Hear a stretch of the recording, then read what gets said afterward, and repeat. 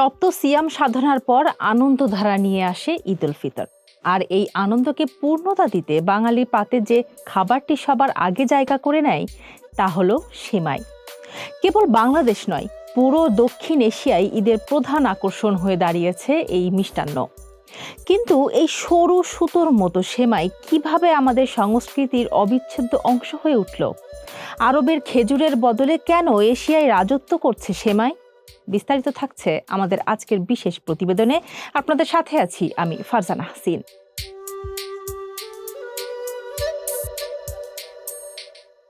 ইসলামী ঐতিহ্যে ঈদের নামাজের আগে মিষ্টি মুখ করার রীতি শুরু হয় স্বয়ং মহানবী হজরত মুহাম্মদ সাল্লাল্লাহু আলাইহি ওয়াসাল্লামের সময় থেকে। তিনি সাধারণত খেজুর খেয়ে ঈদগাহে যেতেন।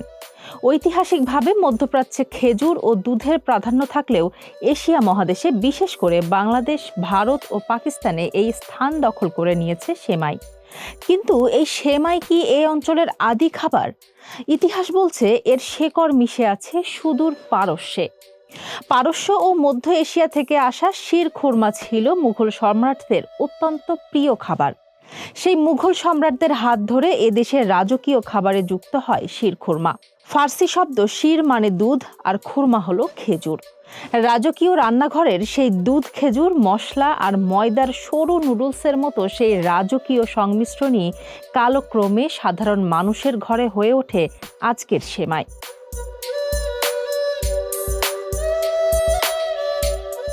নামকরণ নিয়েও আছে চমকপ্রদ তথ্য।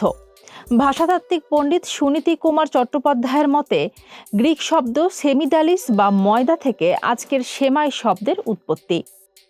আলেকজান্ডারের ভারত আক্রমণের সময় থেকেই এই অঞ্চলের মানুষের সাথে গ্রিক খাদ্যাভ্যাস বা এই ময়দা জাতীয় খাবারের সঙ্গে পরিচয় ঘটে। তবে মজার বিষয় হলো, মধ্যযুগের সাহিত্যে সেমাইয়ের উল্লেখ না থাকলেও 19 শতকের দিকে এটি ঈদের প্রধান মিষ্টান্ন হিসেবে প্রতিষ্ঠিত হয়।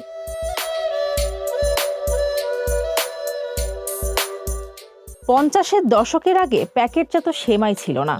আগে ঈদের কয়েকদিন আগে থেকেই বাড়িতে বাড়িতে মহিলারা চালের আটা বা ময়দা দিয়ে হাতে সেমাই তৈরি করতেন। সেমাই কেন বাংলাদেশে এত গ্রহণযোগ্যতা পেল?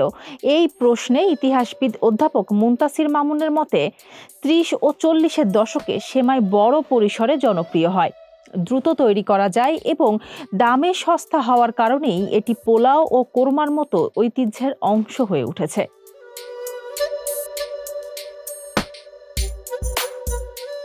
বর্তমানে বাংলাদেশ সহ দক্ষিণ এশিয়ার দেশগুলোতে সেমাই ছাড়া ঈদ কল্পনা করা না গেলেও বিশ্বের অন্যান্য মুসলিম দেশগুলোতে কিন্তু এই খাবারটি সেভাবে পরিচিত নয়।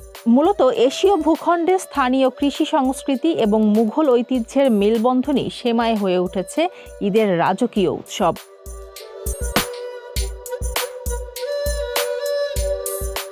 আজকের দিনে সেমাই শুধু একটি খাবার নয়, এটি একটি সামাজিক ও পারিবারিক ঐতিহ্য। জর্দা, লাচ্ছা কিংবা দুধ সেমাইয়ের ভিন্ন ভিন্ন পদ তৈরি হলেও এর আবেদন সবখানে এক। এশিয়াবাসীর কাছে এটি কেবল একটি খাবার নয়, বরং এক টুকরো ইতিহাস আর উৎসবের অবিচ্ছেদ্য প্রাণ।